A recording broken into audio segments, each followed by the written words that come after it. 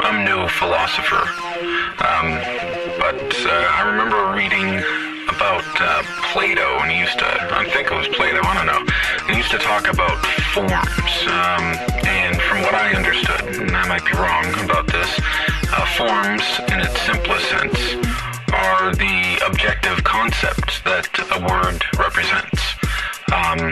Also, a couple of existentialist philosophers, and I just looked them up, Hegel, Husserl, and Heidegger, also talked about something similar, and they called it phenomenology, saying that there is a concept or phenomenon at the core of each word, or maybe more accurately, meme.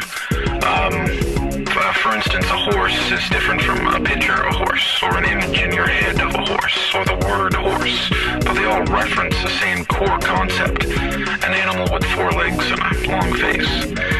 Now, in many languages, you can have the same word mean different things.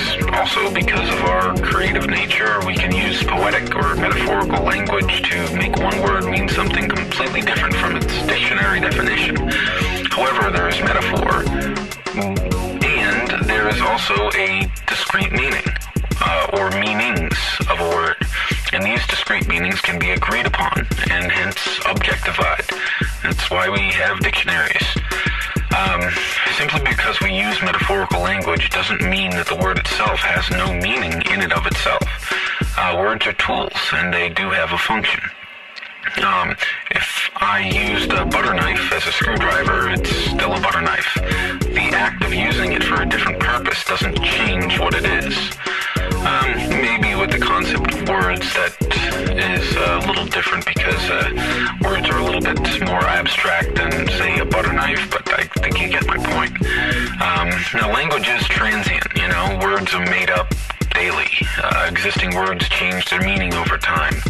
Almost like living things. Words are born, they live, sometimes reproduce and split off into new compound words or synonyms. And sometimes words die. Hell, even entire languages die.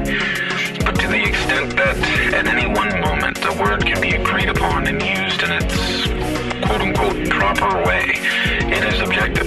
Even the example that you used of a chair is still an objective concept. In all your cases, you were describing something that a person rested their ass on.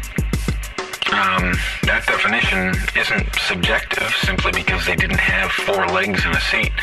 If that's what you're defining as objectivity, then following your logic to its conclusion, there would only be one true chair, and all other instances of the word chair used to describe any other object in the universe would be considered subjective. We'd have to give each and every chair that existed in the universe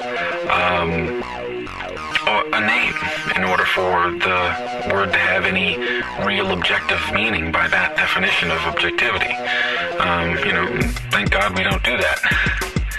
Words are tools used in communication, and as such, they can be objectively used. They can also be subjectively used. However, if they were truly only subjective, why would it benefit us at all to use them?